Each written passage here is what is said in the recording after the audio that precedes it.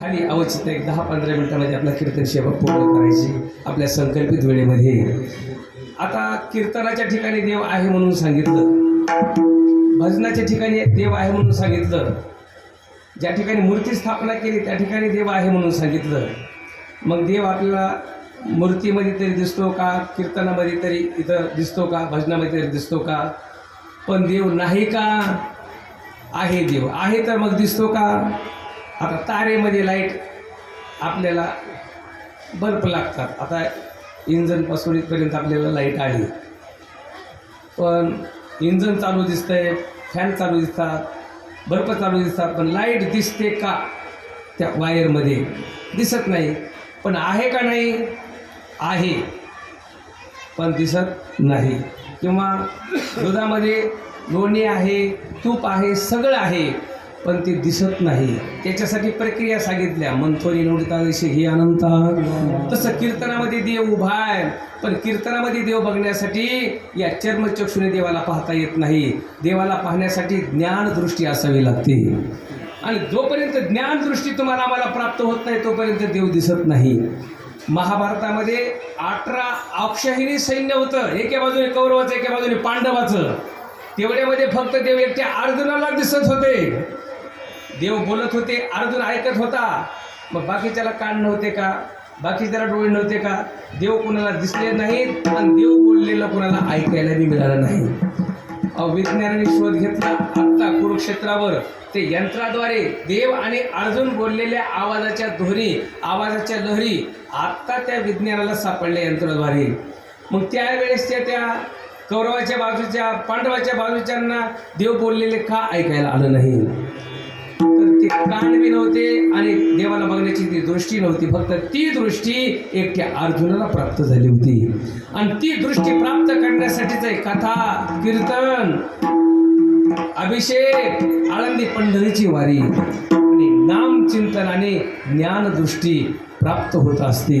आणि ती ज्ञानदृष्टी प्राप्त झाली की आपल्याला जागोजागी प्रत्येक ज्या ठिकाणी सगळ्या ठिकाणी आपल्याला देव दिसायला लागतो. जन विजन झाले आम्हा विठ्ठल विठ्ठल नामा प्रमाण. आणि प्रयत्न त्याच्यासाठीच असले पाहिजेत. प्रत्येक चराचरामध्ये आपल्याला देव बघायला मिळाला पाहिजे, देव दिसला पाहिजे. मग लहान मोठा, गरीब श्रीमंत, पुन्हा चांगला वाईट हा भेद आपल्यामध्ये राहत नाही, मावळल्या जातो. आणि ज्या वेळेला अद्वैत भावना आपल्यातली द्वैत भावना संपूर्ण आपल्यामध्ये एकमेव फक्त देवरूप भावना ज्या वेळेला निर्माण होते त्याच वेळेला देवाचं दर्शन घडतं. पण देव कुठं दिसत नाही, पण संकटाच्या वेळी आल्याशिवाय राहत नाही. आणि तो देव सुख तुम्हाला आम्हाला देण्याचं काम करतो आणि दुःख स्वतः आपण सहन करतो. 4थ्या चरणामध्ये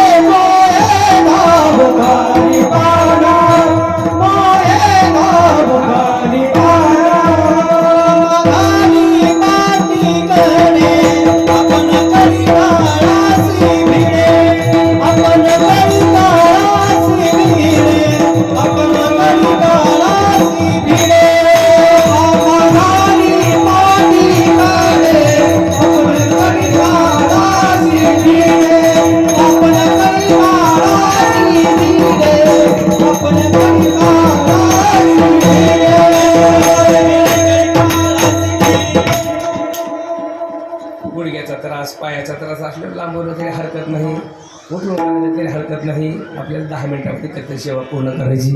मी सुरुवातीला सांगत असतो कीर्तनामध्ये, कुणाला तहान लागली तरी पाणी प्यायचं. काही काही माणसं म्हणतात, महाराज म्हणतात उठायचं नाही, बोलायचं नाही. अरे गप्पू ग, आले बिचारे कामधंदे सोडून, आणि नसते आले त्या कामं का नसते एकल्या महादेवाला कीर्तन सांगितलं असतं का? हातवरी करा. नाही नाही, काही महाराज म्हणतात, मी नाही म्हणत. टाळ्या वाजवा. मी म्हणतो तुझा स्लॅपवर एकला आणि टाळ्या दिवसभर वाजवत. आपलं काय म्हणतात ना, उचलेले होटल बळवले होटल म्हणल्यासारखं. नाही देव बाप्पा तुम्हाला नाही, हा दुसरं देवाला काय काय उगाच आपलं घरात कुणीच ऐकत नाही, काहीच नाही. हे करा ते करा, बाहेर करा. बसलेत बिचारे, आलेत, उपकार आहे त्यांचा. म्हणून मी आल्याने सांगत असतो, कोणाला पायाचा त्रास असेल तर पाय लांबून बसा. बसून कंटाळा आला तर घरी गेलं तरी चालतंय. आता पूर्वीसारखं काही जमत नाही. पूर्वी कीर्तनात पाणी प्यायचं नाही, उठायचं नाही, बसायचं नाही. पण आता सगळं जग बदलत चाललं, तरी आपण पहिल्यासारखं कुठपर्यंत राहायचं? मी म्हणत असतो, झोप जर येऊ लागली माणसाला, खुशाल झोपा. आणि कीर्तन झाल्यानंतर तुम्हाला जर चेव नाही आला तर मी म्हणतो, मी तुम्हाला उठवतो, चला आता कीर्तन संपलं, आता पंगत बसायची. पण आले सगळे उपकार आहेत. सुख ठेवी आम्हासाठी, दुःख आपणची घोटी. आम्हा घाली पाठीकडे, आपण कडे काळाशी भिडे. फक्त एकच पुरावा सांगतो, आपण भगवान शंकराची या ठिकाणी 8 दिवस झालं सेवा करत आहोत. आम्हा घाली पाठीकडे, आपण कडे काळाशी भिडे. मार्कंडेय, मर्कंड नावाचे ऋषी, मर्कंड नावाच्या ऋषीचा मुलगा मार्कंडेय. जन्मताच भगवान शंकराच्या कृपेने त्याचा जन्म झाला होता. जन्माच्या अगोदर भगवान शंकराने सांगितलं होतं त्या मर्कंड ऋषीला, मूलबाळ मूलबाळ, पुत्रप्राप्ती पुत्रप्राप्ती, संतान प्राप्ती म्हणतात, मूलबाळ देतो. पण 16 वर्षाचं आयुष्य असलेला मुलगा देऊ का 100 वर्ष आयुष्य असलेला मुलगा देऊ? मर्कंड ऋषी म्हणले, मग भर तारुण्यात जरी त्याला मृत्यू येत असेल तर मग 16 वर्षाचा मुलगा कशाला देता, 100 वर्षाचा मुलगा द्या. भगवान शंकर म्हणले 100 वर्षाचा मुलगा देतो, पण रोज भांडणाने, रोज लैजम खेळत येईल. मग नको म्हणले. असं म्हणले मग 16 वर्षाचा द्या. 16 वर्षाचा मुलगा देतो, तो एक पुराण लिहील, आणि जोपर्यंत चंद्र सूर्य आहे तोपर्यंत त्याचं नाव निघल. आणि 16 वर्षाचा मुलगा मागून घेतला, आणि त्या मुलाचं नाव ठेवलं मार्कंडेय ऋषी. बघता बघता 16 वर्ष पूर्ण होत आले. शेवटचा दिवस, शेवटची रात्र, आई वडील रडू लागले, आपल्या मुलाची आज शेवटची रात्र आहे म्हणून. मार्कंडेय ऋषी विचारत होते, आई बाबा का रडता? सांगायला त्या ठिकाणी हिंमत होत नाही. आणि मध्यरात्र झाली, त्यावेळेला मर्कंड ऋषीला झोप लागली. ऋषी माता म्हणतात, अहो आज आपल्या बाळाची शेवटची रात्र आहे, उद्या सूर्योदय होणार, आपल्या बाळाचा मृत्यू होणार, तुम्हाला झोप कशी लागली? उठा. हे मार्कंडेय ऋषीने बघितलं. आई कारणते, बाबा कारणते, हे आता कळालं. आणि मार्कंडेय ऋषीने आई वडिलांना झोप लागू दिली. माणूस जागून जागून किती वेळ जागल? पहाटे 4 वाजता आई वडिलांना झोप लागली आणि मांडीवर मार्कंडेय ऋषी उठले. ही काशीमध्ये सत्य घटना घडली. उठलं बाळ आणि भागीरथीचं स्नान करायला गेलं. भागीरथीचं स्नान केलं आणि घागरीवर घागरी, घागरीवर घागरी, 108 घागरी भगवान शंकरला पाण्याच्या आणून घातल्या. बेलपत्र, फुलपत्र सगळं वाहिलं. देवाला भस्म अर्चित केला, स्वतः भस्म लावला आणि महादेवाला हात जोडले. हे काशी विश्वनाथा, तुमच्यामुळेच माझा जन्म झाला, तुमच्यामुळेच मी जन्माला आलो. आता या जन्मातली शेवटची पूजा देवा. उद्या सूर्योदय झाल्याबरोबर माझा मृत्यू होणार आहे. आणि त्या ठिकाणी भगवान शंकराच्या पिंडीला त्या ठिकाणी आलिंगन देऊन मस्तक पिंडीवर ठेवलंय आणि त्या ठिकाणी देवाचं भजन करू लागले. डोळे झाकले. आता डोळे उघडणे नको. उद्या सूर्योदय होण्याच्या अगोदर, सूर्योदय झाल्याबरोबर जर आपल्याला मरण येत असेल तर मग इथं भगवान शंकराच्या चरणावरच मरण आलेलं बरं. म्हणून मस्तक पिंडीवर ठेवलं आणि देवाचं भजन करू लागले. ओम नमः शिवाय, ओम नमः शिवाय, ओम नमः शिवाय, ओम नमः शिवाय, ओम नमः शिवाय.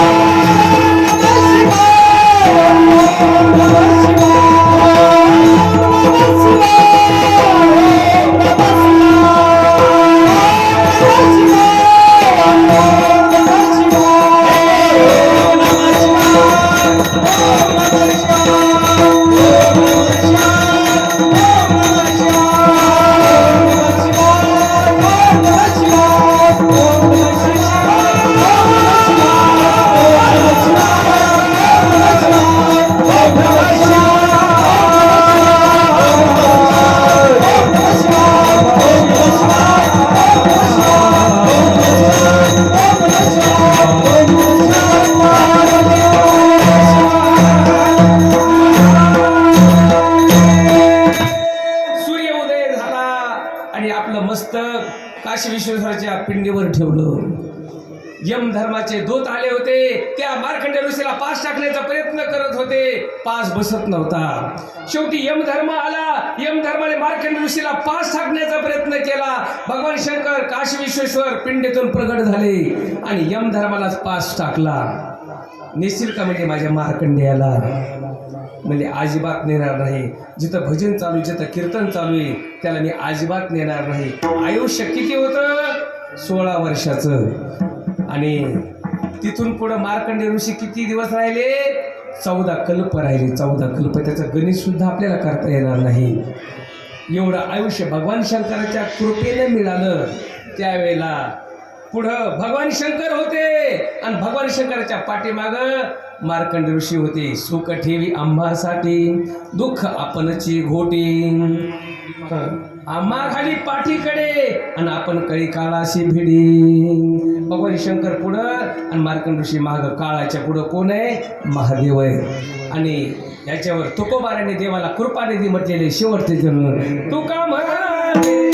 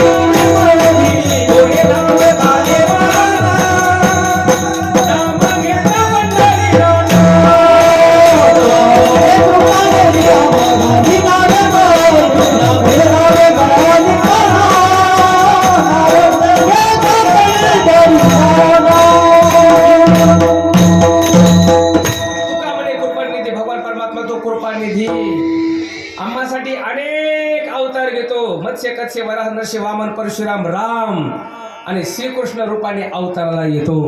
आणि श्रीकृष्ण रूपामध्येच काला सांगितला. आणि तो काल्याचं कीर्तन म्हटलं की इतर कीर्तनाचा विधी वेगळा आणि काल्याच्या कीर्तनाचा विधी वेगळा. पण अवतारावर कीर्तन करायला जमतं. अवताराचे चरित्र वर्णन करायला जमतं. म्हणून काल्याचं कीर्तन आपण ऐकलेलं असतं. म्हणून अवताराचं मुद्दाम वर्णन करण्याचा मी प्रयत्न केला. कारण जी मुक्ता ती निर्धारिता लाभे आपुलीची मुक्तता दैशी दीपी दिशे पाहता आपुलीचं वस्तू. या दशावताराचं वर्णन जर ऐकलं तर मुक्ती मिळते. दशावताराचं वर्णन करणाऱ्यालाही मुक्ती, ऐकणाऱ्याला मुक्ती. म्हणून एक एक अवतार घेत घेत देव श्रीकृष्ण अवतार त्यांनी प्राप्त केला. कशासाठी केला? यदा यदा धर्मशिखलानि भवति भारत अभ्युत्थानं धर्मसिद्धात्मानं सृजाम्यहं पवित्राणाय साधूनां विनाशाय च दुष्कृतां धर्मसंस्थापनार्थाय संभवामि युगे युगे. मोजून 5 मिनिटांमध्ये आपल्याला सांगायचं. आणि श्रीकृष्ण परमात्मा रूपाने भगवान परमात्मा अवताराला आले. सगळ्या देवाचं गारानं ऐकलं. देव म्हणत होते देवा अवताराला या अवताराला या. कंसाने स्वतःच्या वडिलांना बंदीखान्यात टाकलं. आगासूर बगासूर धेनुकासूर अनेक जरासंधासारखे राक्षस उन्मत्त झाले. त्यांनी यज्ञ बंद पाडले. प्रथम मातेनं गायीचं धारण केलं. रडत रडत ब्रह्मदेवाकडे गेली. ब्रह्मदेवाने महादेवाने भगवान विष्णूकडे गारानं मानलं, देवा तुम्हाला अवताराला यावं लागतंय. आणि अवताराला येण्याचं त्या ठिकाणी प्रयोजन ठरलं. भगवान परमात्मा अवताराला येतो, पण पुण्यवान माणसाच्या पोटी अवताराला येतो. त्या काळी वसुदेव, गोकुळचा राजा सुरसेन आणि मथुरेचा राजा उग्रसेन. उग्रसेन राजाला एक मुलगी होती देवकी, आणि तिकडं गोकुळचा राजा सुरसेन राजाला त्या ठिकाणी वसुदेव नावाचा मुलगा होता. आणि त्या वसुदेवानं एवढं पुण्य केलं होतं की भगवान परमात्म्याला त्यांच्या पोटी जन्माला यावं लागलं. आणि त्या ठिकाणी वसुदेव देवकीचा त्या ठिकाणी विवाह ठरतो, लग्न लागतं. आणि त्यांना 1 2 3 4 अशी 6 मुलंही होतात. 7व्यांदा बळीराम दादा त्या ठिकाणी अवताराला येतो देवकीच्या उदरामध्ये, आणि योग मायाद्वारे तोही गर्भ त्या ठिकाणी रोहिणीच्या गर्भामध्ये घातला जातो. आणि 8व्यांदा भगवान परमात्मा त्या ठिकाणी देवकीच्या गर्भाला येतो. आणि 8 वर्षाची मूर्ती समोर प्रगट होते. देवकी माता म्हणते 8 वर्षाची मूर्ती होऊन चालणार नाही. ऐसा भक्ताचा अंकित लागे तशी लागे प्रीत देव लहान होतो. आणि मग त्यावेळेला मथुरेवरून गोकुळला देवाला पोहोच करण्यात आलं. आणि तिथून माया घेऊन परत येण्यात आलं.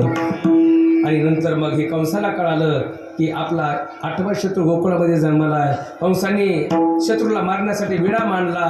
पुतना राक्षसीला पाठवलं. महाबट नावाच्या दैत्याला पाठवलं. आगासूर बगासूर धेनुकासूर अनेक राक्षसी अवघे दैत्य खाणे बुडविली. असे अनेक प्रकारचे दैत्य मारले.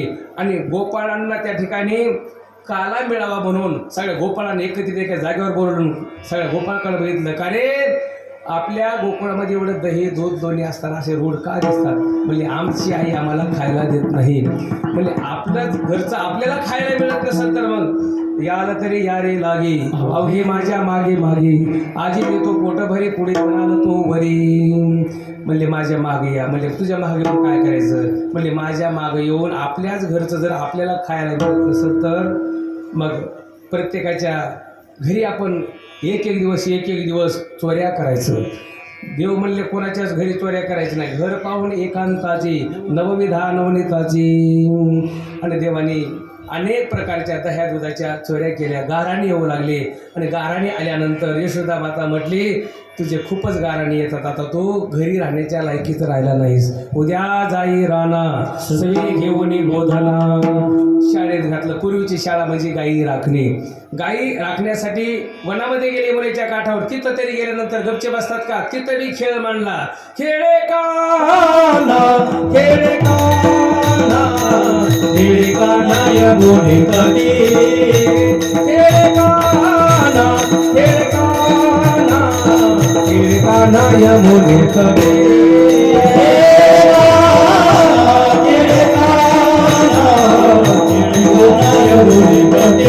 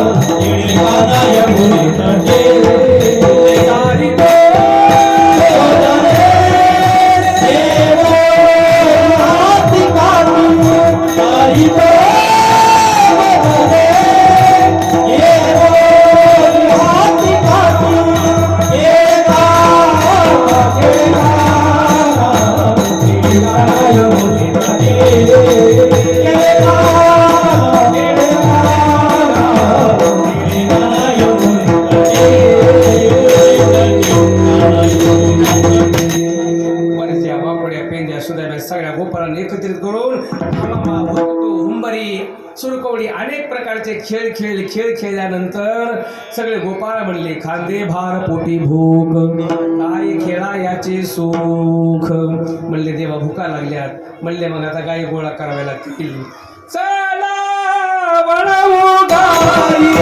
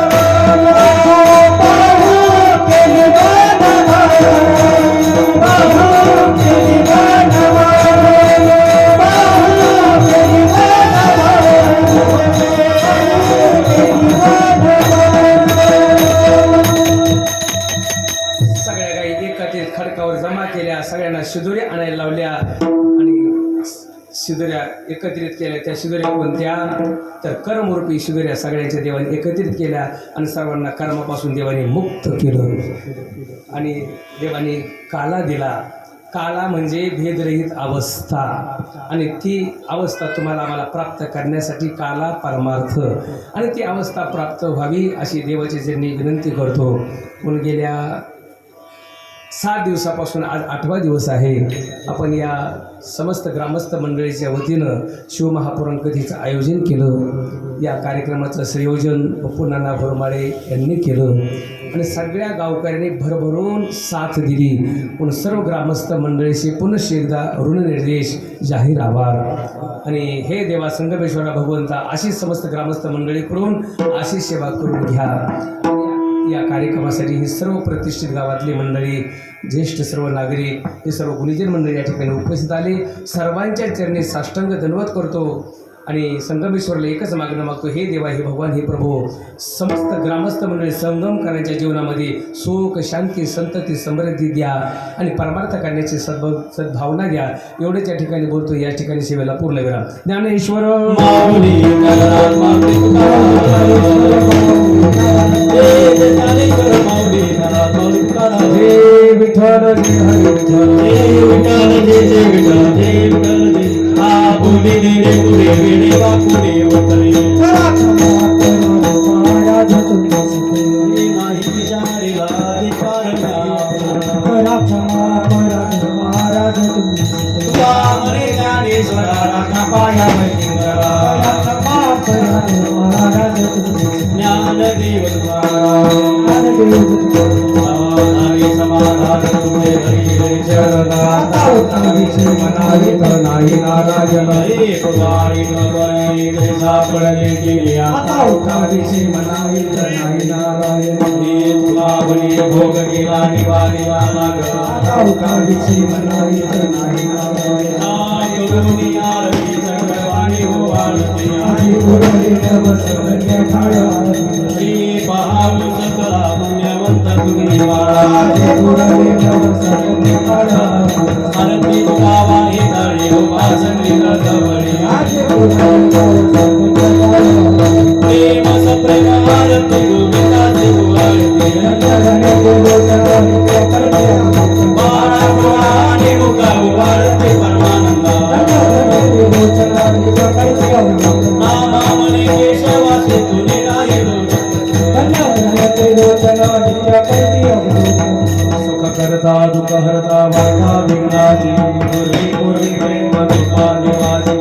सर्वांगी सुंदर सिंधुराज केळी माळ तळा शोभे माळ फळांची जय देव जय मंगलमूर्ती वसी मंगलमूर्ती दश माते माते सर्वे माते माते कामनपूर्ती जय देव जय गौरी कुमारा चंदनाची ओटी कुंकेश्वरा ये जडपट शोभतो भरा कुंदम ते नुकोरी चरणी घालूया जय देव जय मंगलमूर्ती वसी मंगलमूर्ती दश माते मारी सर्वे माते माते कामनपूर्ती जय देव लंबोदर कामर वंदना सरस्वती वक्र तुंगतीना दास माता वनवाई जन संकटची पावा विनिवारी राशा विसरते तुला देव जय मंगलमूर्ती वसी मंगलमूर्ती माते वारी माते माता कामनपूर्ती जय लक्ष्मी ब्रह्मांडे बाळा विषय कंठ काळा त्रिपुटी बाळा लावण्य सुंदर मस्तकी बाळा ते दुनिया कल्याण वाजी जुळजुळा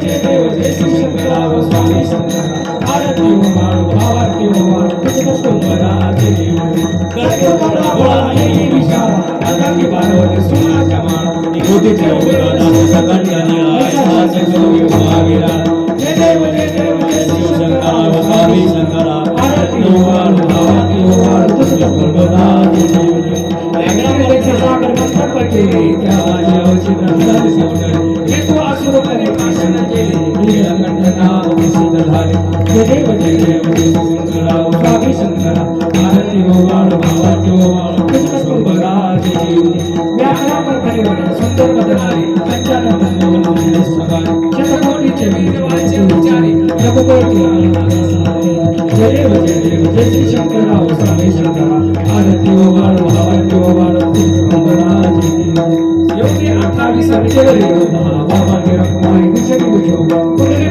के बेटे कर मानेगा शनिवारी भी मरमोल जन जय जय पांडुरंगा रुक्माई वल्लभ राईच्या वल्लभ पाणी शिवलका तुळशी माळगा कटी निकटी काशी पितांबर पशुला देव सुंदर निके करुणा हनुमंत सुरेला जय जय पांडुरंगा रुक्माई वल्लभ राईच्या वल्लभ पाणी शिवलका आषाढी वारी भक्त केली चंद्रभागे माझ्या स्नानाच्या लक्ष्मी माता कृष्ण वैष्णव देव भगवान जय देव पांडुरंगा रुक्माई वल्लभ राईच्या वल्लभ पाणी शिवलका सर्वांनी उठान पुकार होती कैला भोर शकील नारायण मानना केले पूर्ण विशाल झाल्या रमण जय देव हनुमंता सत्यनिध संत साधना विद्या जय माता उठला प्रसन्न कराले बाबा निगुरुचे नामे रामदास शक्ती जय हनुमंता स्वयं तुझे प्रसाद शक्ती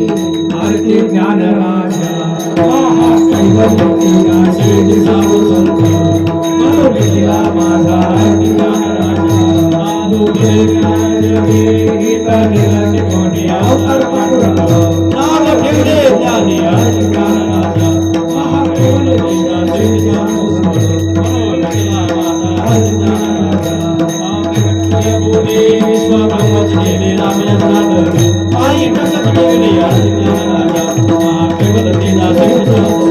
मनोविला माझा राजा आरती तुकाराम स्वामी सद्गुरू हरिदान मोदी आई राघवे सागरा देव स्वामी सद्गुरू हरिदान मोदी आई श्री ब्रह्म प्रकाशाय मंगलामेश्वरी स्वामी सद्गुरू रामानंद आई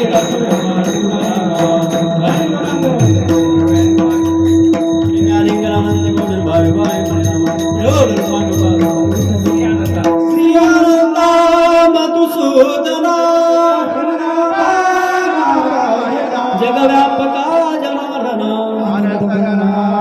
सकळ देवाधिदेवा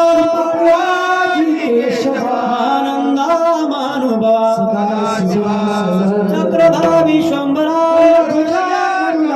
सहस्रपादा सहस्रकारा कमलनयना कमलापती भवतारका धरित्या अगा हे सगुणा निर्गुणा वसुदेव देवकी नंदना काला लोकांगणी हेच करीत असे बंधनी सका देवादी देवा आनंदा मानुभवा